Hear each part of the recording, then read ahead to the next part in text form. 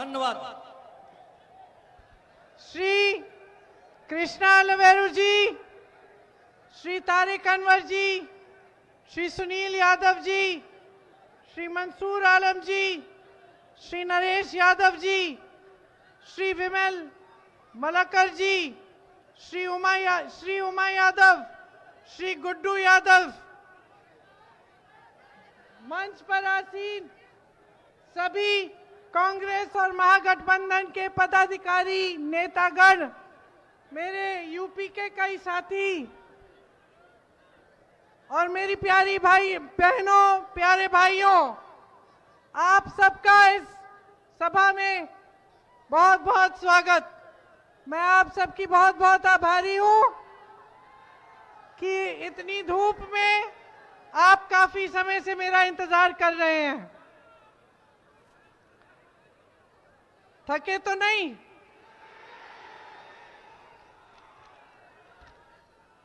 आदत है, धूप की आदत है, धूल की आदत भी है। किसने डलवाई? किसने डलवाई? देखिए, सबसे पहले तो मैं चाहती हूं, इतनी बड़ी तादाद में आप यहां खड़े हैं, वहां पीछे भी मुझे काफी महिलाएं दिख रही हैं। सबसे पहले तो मैं आपसे कहना चाहती हूं कि जो आपकी अपनी ताकत है, अपनी शक्ति है, जो इस देश के इतिहास में, इस देश की नींव डालने में आपकी भागीदारी रही है, उसको आप अच्छी तरह से पहचाने। आप पहचाने कि ये जो बिहार की धरती है, इसी धरती ने इस देश को बनाया है।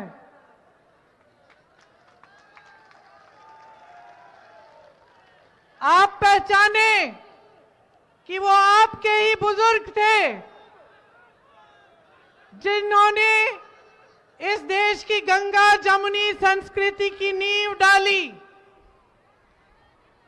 बिहार के ही किसानों ने एक ऐसा आंदोलन किया कि महात्मा गांधी को हजारों मील दूर उन तक आवाज पहुंची कि बिहार के कुछ किसान हैं, वो अंग्रेजी साम्राज्य के सामने खड़े हैं, डटकर विरोध कर रहे हैं और उनमें इतनी हिम्मत है, इतना धैर्य है, इतनी वीरता है कि इतने बड़े साम्राज्य के सामने झुक नहीं रहे हैं। तभी महात्मा गांधी बिहार आए, बिहार में चंपारण गए और उन्होंने उन्हीं किसानों से, आपके पूर्वजों से प्रेरणा लेकर सत्याग्रह शुरू किया, इस देश की आजादी की लड़ाई शुरू की। तो जब आप देश भर में पलायन करके यहां से जाते हैं, बड़े बड़े शहरों में जाते हैं और छोटी छोटी नौकरियां, मजदूरी करते हैं, जब भी कोई आपसे पूछता है कि आप किस प्रदेश से हो, जब भी कोई आपका अपमान करने की कोशिश करता है, याद रखो, आत्मस्वाभिमान करो, गर्व करो अपनी जमीन पर और बोलो कि मैं बिहारी हूं, मैंने इस देश का निर्माण किया है। ये है आपकी शक्ति और यही शक्ति मैं अपने सामने हर जगह देख रही हूं, जहां जहां मैं जा रही हूं। मैं देख रही हूं कि यहां की जनता देश भर की जनता से अलग है। यहां जब मैं भाषण देती हूं तो आप में से आवाज उठती है मुद्दों की। आप कहते हो कि आप बेरोजगार हो, आप कहते हो कि आप शिक्षित हो लेकिन आपके पेपर लीक हो रहे हैं, आप कहते हो कि महंगाई से काफी हो गया है, आप अब बर्दाश्त नहीं करेंगे। और आज जो आपके प्रदेश की परिस्थिति है उसको भी आप ठीक ढंग से समझिए। आप समझिए कि गलत तरीके की राजनीति ने आपके प्रदेश को क्या किया है। आज मेरी बहनें यहाँ पे खड़ी हैं। बताओ बहन, सबसे बड़ी समस्या, सबसे बड़ा दुख क्या है आजकल? क्या है आपका? आप बता रहे हो, आप बहन थोड़ी हो। बहनों को बताने दो, क्या है बहन? महंगाई, महंगाई, पलायन, दोनों, बेरोजगारी।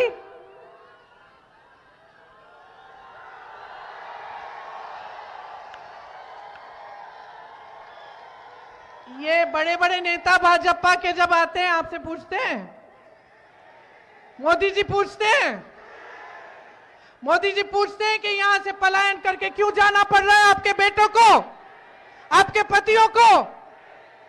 समझते हैं कि आपका संघर्ष क्या है? नहीं समझते हैं। नहीं समझते हैं कि मेरी बहन का संघर्ष क्या है। नहीं समझते हैं कि पति चले गया है पलायन करके किसी बड़े शहर में, हर समस्या का सामना खुद कर रही है, अकेली कर रही है। बच्चे बीमार पड़ते हैं, अकेली डॉक्टर के पास ले जाती है, दरवाजे खटखटाती है, अस्पताल में ले जाती है कि इलाज हो जाए। बच्चों की शिक्षा के लिए फीस इकट्ठी करनी पड़ती है, खुद पैसे जमा कर लेती है बेचारी, क्योंकि पैसे वहां पे भी काफी नहीं है जहां पे उसका पति पलायन करके गया है। कोई भी समस्या होती है, समाज की मदद भी नहीं मिलती, खुद करती है। खेतों में काम करने जाती है तो घर पे आकर काम करती है, सोती नहीं है जब तक सब सो जाते हैं, जब तक बच्चों का देखभाल नहीं कर लिया, माता पिता का, सास ससुर का, तब तक नहीं सोती। पूरे समाज का बोझ उठा रही है और अगली पीढ़ी का परवरिश भी कर रही है, अगली पीढ़ी को भी तैयार कर रही है। ये है इस देश की महिला, ये है बिहार की महिला। और मोदी जी समझते हैं कि आपको झूठे वादे देकर, आपको 10,000 रुपए पकड़ाकर वोट ले लेंगे आपका। मोदी जी सोचते हैं कि 20 सालों से इनकी सरकार चली है बिहार में, महिलाओं के लिए कुछ नहीं किया। अरे सुरक्षा भी नहीं दे पाए, महिलाओं पे अपराध 3 गुना बढ़ गया है, 3 गुना महिलाओं और बच्चों पे। आज बहन तुम बाहर जाती हो तो घबराहट होती है कि नहीं? बेटी कहीं जा रही है नौकरी करने के लिए तो घबराहट होती है कि सही सलामत वापस आएगी कि नहीं। बता रही हो तुम, बिल्कुल समझ रही हूं मैं। तो अपनी परिस्थिति को अच्छी तरह से समझो। ये जो 10,000 रुपए का घूस देने की कोशिश कर रहे हैं ना, ले लो, पैसे ले लो, 10,000 रुपए ले लो, लेकिन अपना वोट मत दो बहनों,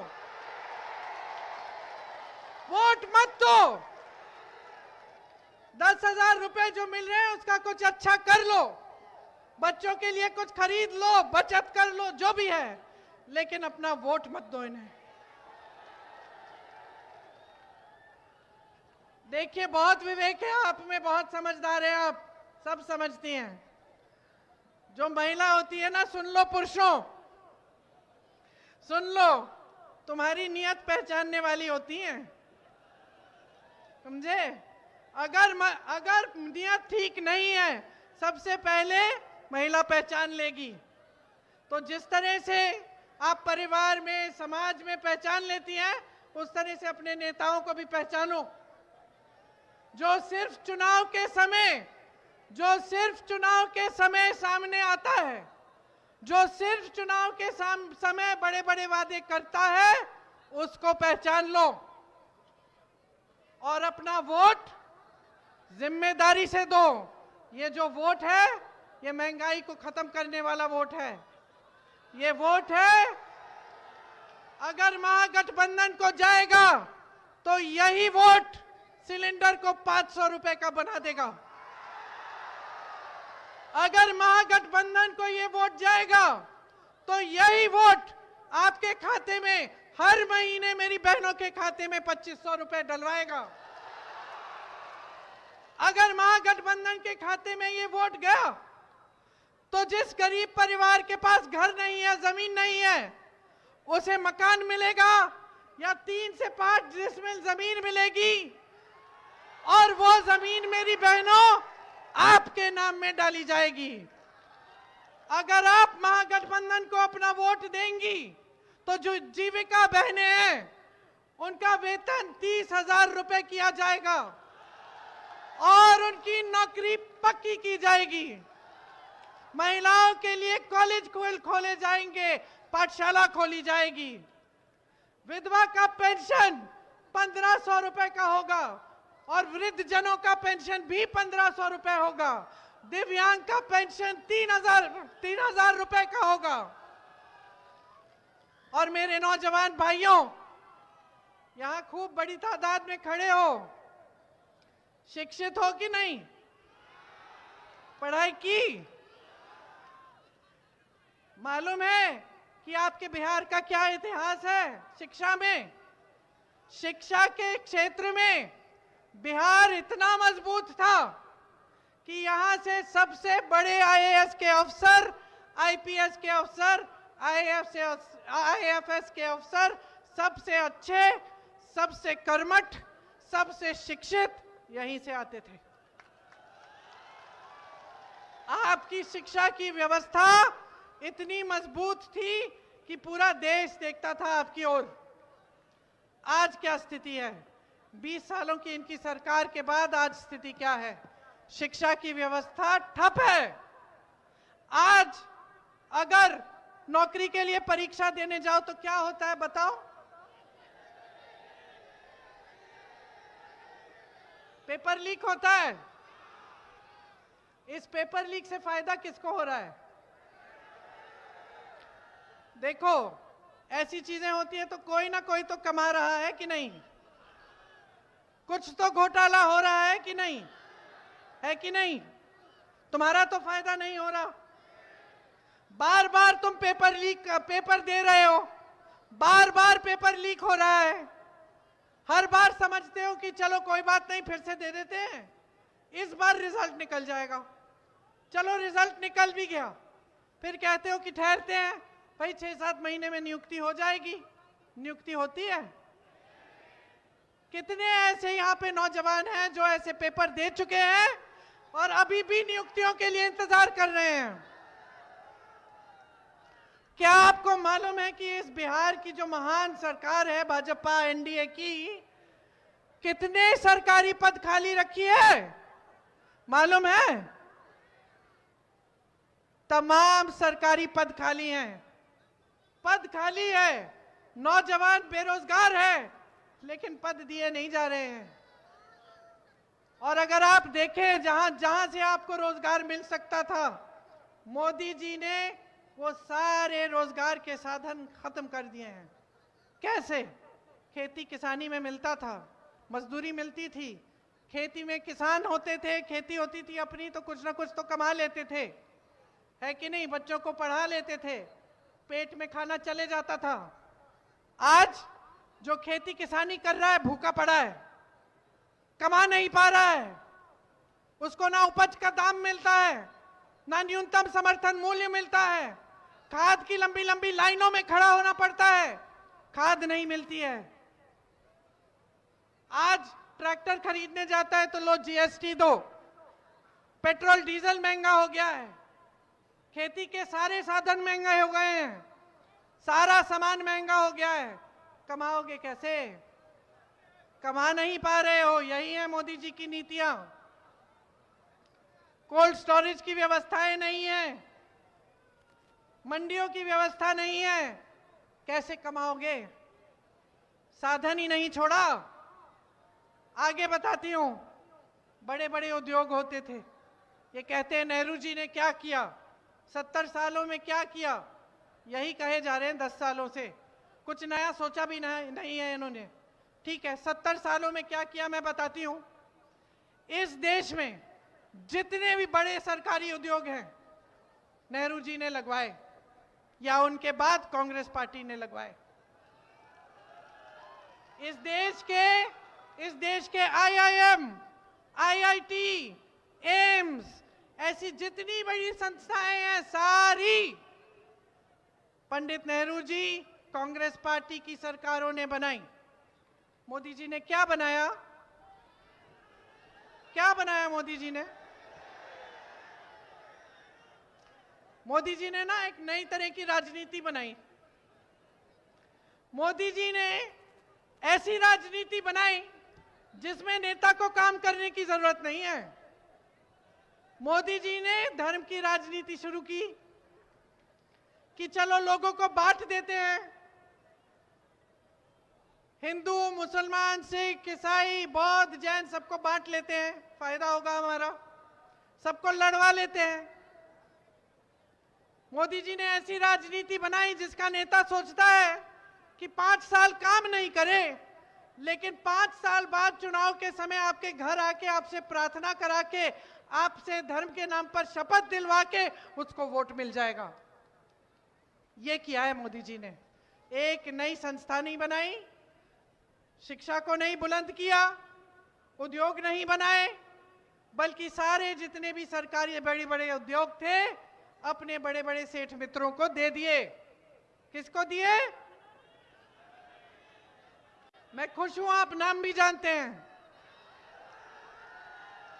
आप जागरूक हो। यहां बिहार की जमीन 1 रुपए प्रति एकड़ में अडानी को दे दी। और ये जो नौजवान यहां खड़े हैं, अगर आपको अरे 1 एकड़ जमीन दे देते 1 रुपए में, तो आप क्या अपना भविष्य नहीं बना लेते? बनाते कि नहीं बनाते? बहनें, आपको 1 एकड़ जमीन मिल जाती तो कुछ तो कर लेती। दे रहे हैं बड़े बड़े सेठों को। आज अगर आपको अपने बच्चों की शादी करानी हो, बच्चे को कहीं कॉलेज में भेजना हो, कुछ भी करना हो, कर्ज लेना पड़ता है। कर्ज पे ब्याज लगता है। कर्ज देते देते चुकाते चुकाते उम्र बीत जाती है आपकी। किसी ना किसी तरह से आप कर लेते हो, आपकी सहायता होती है। किसी एक बिहार के किसान का कर्ज इन्होंने माफ किया है? अडानी अंबानी के जानते हो कितना कर्ज माफ किया है? लाखों करोड़ रुपया। पहले से उनके पास लाखों करोड़ हैं, ऊपर से लाखों करोड़ रुपया आप माफ कर रहे हैं जो हमारे देश के बैंकों से गया है। देश के बैंकों का पैसा है। ये जो अधिकारी खड़े हैं यहाँ पे, ये जो पुलिस वाले खड़े हैं, इनको पेंशन नहीं मिल रहा है पुराना। इनका पेंशन कहाँ जाता है पूछो?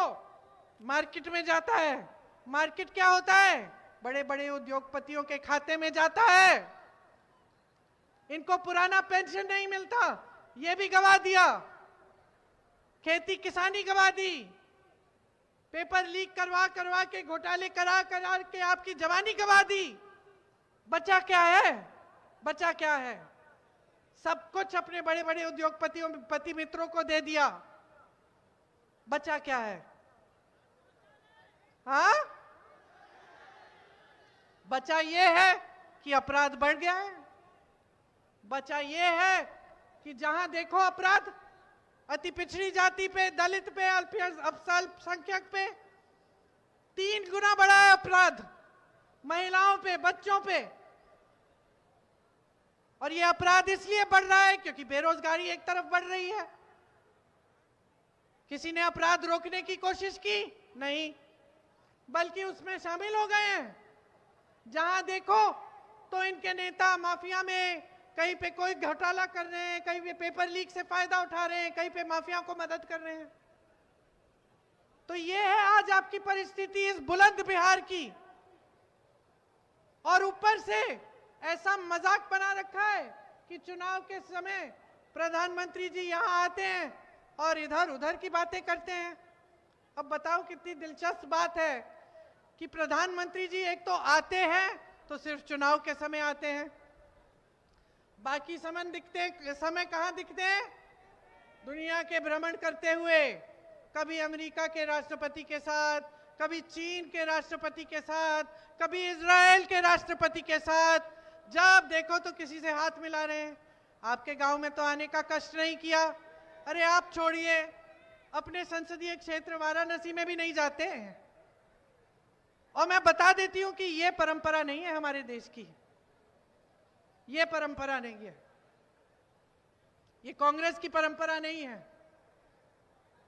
मेरे पिता प्रधानमंत्री रहे, मेरी दादी प्रधानमंत्री रही, मेरी मां कांग्रेस की अध्यक्ष रही, मेरे भाई कांग्रेस के अध्यक्ष रहे। बड़े बड़े प्रधानमंत्री जैसे नेता मैंने खुद अपनी आंखों से देखा। गांव गांव में जाते थे, घर घर में जाते थे और गांव वाले टोकते थे, डांटते थे, सवाल पूछते थे और किसी पुलिस वाले की हिम्मत नहीं थी कि सवाल पूछती हुई जनता पर वो हाथ उठाए, वो लाठी उठाए। कोई प्रशासन ऐसा नहीं करता था कि आप प्रदर्शन करोगे, अपने अधिकार मांगोगे और आपको पीटा जाएगा। ये नहीं है इस देश की परंपरा। ये ना इस देश की परंपरा है और ना हमारे धर्म की परंपरा है। हमारे धर्म, हमारे देश की परंपरा ये है कि अपने अधिकारों के लिए लड़ो, अपनी धरती के लिए लड़ो, सरकार को जो करना है तुम्हारे लिए वो मांगो और हिम्मत से मांगो और चुप मत रहो। जब अन्याय को देखते हो तो उसको रोको। ये है हमारी परंपरा और इसी परंपरा को निभाने के लिए मेरे भाई राहुल गांधी ने देश भर की भारत जोड़ो यात्रा की, उसके बाद न्याय यात्रा की, उसके बाद यहां बिहार में कौन सी यात्रा की? वोट चोरी की यात्रा की। आपके वोट को बचाने के लिए इन चोरों से जो आज इस स्तर पर आ गए हैं कि आपका वोट छीन रहे हैं, आपसे चोरी कर रहे हैं। 65 लाख वोट बिहार की जनता के कटे हैं। 65 लाख वोट क्यों काट रहे हैं? क्योंकि अब जान गए हैं, डर गए हैं जनता से, जान गए हैं कि जनता जाग गई है, जागरूक हो गई है। अब ये पुराने मुद्दे नहीं चलेंगे इनके। अब जनता कह रही है विकास करो नहीं तो जाओ। जनता कह रही है रोजगार दो नहीं तो जाओ। जनता कह रही है सम्मान दो नहीं तो जाओ। ये जनता का ना सम्मान करते हैं और ना आपके मुख्यमंत्री का सम्मान करते हैं। आपके मुख्यमंत्री का भी सम्मान नहीं करते। इनके मंचों पे नहीं दिखेंगे, ये बुलाएंगे नहीं, बल्कि मोदी जी कहेंगे कि देखो कांग्रेस पार्टी के पोस्टर में तेजस्वी जी को बौना बना रखा है। अरे देखो आरजेडी के पोस्टर में राहुल जी को बौना बना रखा है। बताइए, ये देश के प्रधानमंत्री, इनके पास और कोई काम नहीं है कि दूसरों के पोस्टर देख रहे हैं इस तरह कि कौन बौना है, कौन बड़ा है? बताइए। और खुद अपने मंच पर नीतीश जी को नहीं बैठने देंगे, बुलाएंगे तक नहीं। ये है हमारे आज देश के प्रधानमंत्री। तो अगर आप इनसे कोई उम्मीद रख रहे हो कि कोई बड़े बड़े काम करेंगे, कह दिया ना इन्होंने 1 करोड़ रोजगार देंगे, जरा पूछो तो सही 10 सालों से क्यों नहीं दिए? पूछो तो सही। 2014 में या 19 में जब चुनाव था, बार बार इतने झूठे वादे करते हैं कि मुझे याद भी नहीं कि कौन से चुनाव में किया, लेकिन एक वादा किया था इन्होंने कि 2 करोड़ रोजगार देश भर में दिए जाएंगे। बताओ दिए? अगर दिए होते तो पलायन करना पड़ता, दूर किसी शहर में जाना पड़ता अपने परिवार को छोड़ के, जहां कोई अपना नहीं होता, कोई पूछने वाला नहीं होता। जो मजदूरी मिलती है ले लेते हैं क्योंकि मजबूरी है। जो भी दे रहा है ठेकेदार या दुकानदार ले लेते हैं, अपमान करता है सह लेते हैं। 10-10 लोग, 12-12 लोग एक कमरे में रह लेते हैं, सुबह से शाम तक खून पसीना बहाते हैं, अपने परिवारों को देख नहीं पाते। त्योहार के समय आते हैं, त्योहार के समय आते हुए भी घबराहट होती है कि काफी कमा लिया है, बचा लिया है त्योहार के लिए, क्या वापस जाएंगे गांव में मुश्किल पड़ेगी, मेहमान आएंगे, लिपाई पुताई करानी पड़ेगी, मुश्किल होगी। ये हालत है आपकी। और आपको कोई जरूरत नहीं है कि कोई नेता दिल्ली से आकर आपको बताए कि ये हालत है। इस हालत को आप जान रहे हैं, पहचान रहे हैं और जी रहे हैं। आप जी रहे हैं। हम देख रहे हैं इसलिए आपको जागरूक करने की कोशिश कर रहे हैं, लेकिन आप जान रहे हैं ना, आपका अनुभव है ना ये, तो बदलो ना हालात, बदलो, अब जागरूक बन जाओ, सिखा दो इन लोगों को सबक, सिखा दो इन्हें सबक। महागठबंधन की सरकार आएगी तो पेपर लीक रोकने का पूरा इंतजाम बनेगा। आपके लिए जॉब कैलेंडर लाएंगे, जॉब कैलेंडर लाएंगे जिसमें जिस दिन आपकी परीक्षा होगी, जिस दिन रिजल्ट आएगा, जिस दिन नियुक्ति होगी, पहले से तय होगा। कोई उसमें बदलाव लाने की कोशिश करे तो सख्त से सख्त कार्रवाई करेंगे। आप नौजवान हो इस देश के, अपना छोटा सा कारोबार शुरू करना चाहोगे तो सरकार 2 लाख रुपए देगी। स्थानीय रोजगार बनाने के लिए हर विधानसभा में अलग से 10 करोड़ रुपए भेजे जाएंगे ताकि आपको यहां पे रोजगार मिले, कहीं जाना ना पड़े। ये जो अडानी को मुफ्त में ये जमीन दिए जा रहे हैं ना आपके प्रदेश के, हम 2000 एकड़ रखेंगे जिसमें सिर्फ उद्योग बनेंगे बिहार के लिए, आपके लिए, उनमें नौकरियों के लिए आरक्षण होगा, उसमें बिहारी नागरिकों के लिए, और शिक्षा के संस्थान बनाए जाएंगे। आप देख रहे हैं पुलिस वाले, आपको पुराना पेंशन मिलेगा। आज प्रशासन आपको कहता है कि जनता अगर प्रदर्शन कर रही है, अधिकार मांग रही है तो पीटो, तो समझ रही हूं मैं, आप तो अपनी ड्यूटी करते हो। नया प्रशासन आएगा, आपसे जनता को नहीं माफियाओं को पिटवाएगा। आपको पुराना पेंशन मिलेगा। बहनों को मैंने बता ही दिया है। और रोजगार की बात करती हूं, जिस परिवार में एक भी रोजगार नहीं है, हम पूरी कोशिश करेंगे कि ये जो खाली पद है सरकार के, इसको भरेंगे और आपको रोजगार देंगे। कांग्रेस की जब राजस्थान में सरकार थी तो एक बहुत बढ़िया स्कीम थी, और मुझे हमेशा इस स्कीम से जिसको जो प्रभावित होता था, जिसकी मदद होती थी, उससे मिलने में मुझे खास खुशी होती थी, क्योंकि एक इतनी बड़ी मदद होती थी उससे। मैं बताती हूँ, उसमें अगर आप बीमार पड़ जाते, चाहे कोई भी बीमारी हो, चाहे किसी परिवार के सदस्य को कैंसर हो गया या दिल का दौरा पड़ गया या कोई बड़ी बीमारी हो गई, तो उसके भी इलाज के लिए 25 लाख तक इलाज मुफ्त में मिलता था, सरकारी और प्राइवेट दोनों। तो वो राजस्थान की बात है। हम यहां पे बिहार में वही स्कीम लागू करना चाहते हैं ताकि 25 लाख तक सारा इलाज मुफ्त में हो। और इसलिए मुझे ज्यादा खुशी होती थी क्योंकि जब मैं इन लोगों से मिलती थी तो इतने खुश होते थे कि सरकार ने हमारे लिए इतना बड़ा काम कर लिया। और मुझे लगता था कि देखो, जो जनता की संपत्ति है वो वापस जनता के हाथों में जा रही है, कि सरकार कुछ अच्छा कर रही है। तो यही स्कीम हम यहां पे लाना चाहते हैं। सामाजिक न्याय का हम अधिकार देना चाहते हैं। तो ईबीसी आरक्षण पंचायती राज एवं नगर निकायों में हम 30% करना चाहते हैं और दलित आरक्षण 20%। अति पिछड़ा वर्ग अत्याचार निवारण अधिनियम लाना चाहते हैं, जिससे आप पे जो अत्याचार बढ़ रहे हैं उन पर रोक लगाया जाए। निजी शिक्षा संस्थानों में भी आपके लिए आरक्षण दिलवाएंगे।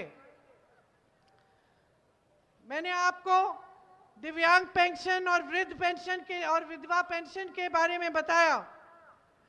इसके अलावा जो आपको रोजगार मिल रहा है मनरेगा में, उसको 300 रुपए तक बढ़ाया जाएगा और रोजगार के दिन 2 गुने किए जाएंगे। सुन लीजिए, आजकल जहां जहां भाजपा की और एनडीए की सरकारें हैं, वहां मैंने सुना है कि बड़ी बड़ी बिजली की बिल आती हैं। आपने बिजली चलाई नहीं, बिजली आई नहीं, बिल आपको जरूर मिलेगी। सच बात है। आपको 200 यूनिट बिजली मुफ्त में दिलवाएगी गठबंधन की सरकार। तो अब बताओ मुझे, वोट किसको देना है? महागठबंधन की सरकार लाओगे? तौकीर को जिताओगे? इनके साथ मैंने खुद काम किया है। मैंने दो चीजें देखी, उत्तर प्रदेश में मेरे साथ काम किया। पहली चीज ये कि जब कोरोना हुआ तो तमाम लोग, खास तौर से भाजपा के जो नेता थे, क्या किया उन्होंने? घर में दुबक गए, डर के मारे कि हमें बीमारी पड़ जाएगी। मैंने देखा कि ये दिन रात इस कोशिश में थे कि अपने इलाके के लोग जो बाहर हैं, जो अनेक प्रदेशों में फंसे हुए हैं, उनको हम वापस कैसे लाएं। इन्होंने राहत पहुंचाई सैकड़ों लोगों को। मुझे खुद निजी तौर पे ये मालूम है, क्योंकि वो फोन मुझे आते थे कि मेरे इलाके के इतने लोग गुजरात में फंसे हैं, दीदी मदद करवा लो, और हम मदद करते थे। तो सबसे पहली चीज तो मैंने ये देखी कि ये आदमी डरता नहीं है। इसका लक्ष्य सेवा करने का है और मुश्किल परिस्थितियों में भी ये सेवा करेगा। और फिर जब यूपी का चुनाव आया,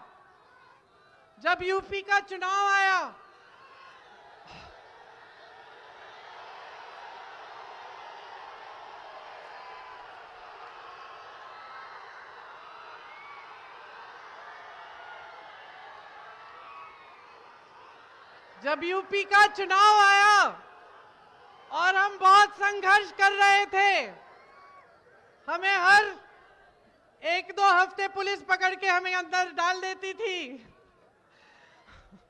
नेताओं को पीटा करती थी, जेल जाना पड़ता था, संघर्ष करना पड़ता था, तो ये पीछे नहीं हटे। कर्मठ भी है, काम करते हैं। और फिर ऊपर मैं हूं, जिम्मेदारी भी मैं लूंगी। इसलिए इनको जिताइए, भारी से भारी बहुमत से जिताइए, और अपने लिए, अपनी इस बुलंद महान धरती के लिए, जिसने इस देश को सब कुछ दिया, बड़े बड़े नेता दिए, देश का सबसे पहला मुख्यमंत्री दिया, देश को एकता दिखाई, देश को सही रास्ता दिखाया, धर्मनिरपेक्षता का, सबकी समानता का, इस धरती के लिए, भविष्य के लिए, अपने बच्चों के लिए, नई पीढ़ी के लिए सही निर्णय लो। वोट दो महागठबंधन को, अपने ही समाज को, अपने परिवार को, अपने भविष्य को जिताओ। मेरे साथ जोर से बोलो, बिहार की धरती की जय, बिहार की धरती की जय, बिहार की धरती की जय। जय हिंद।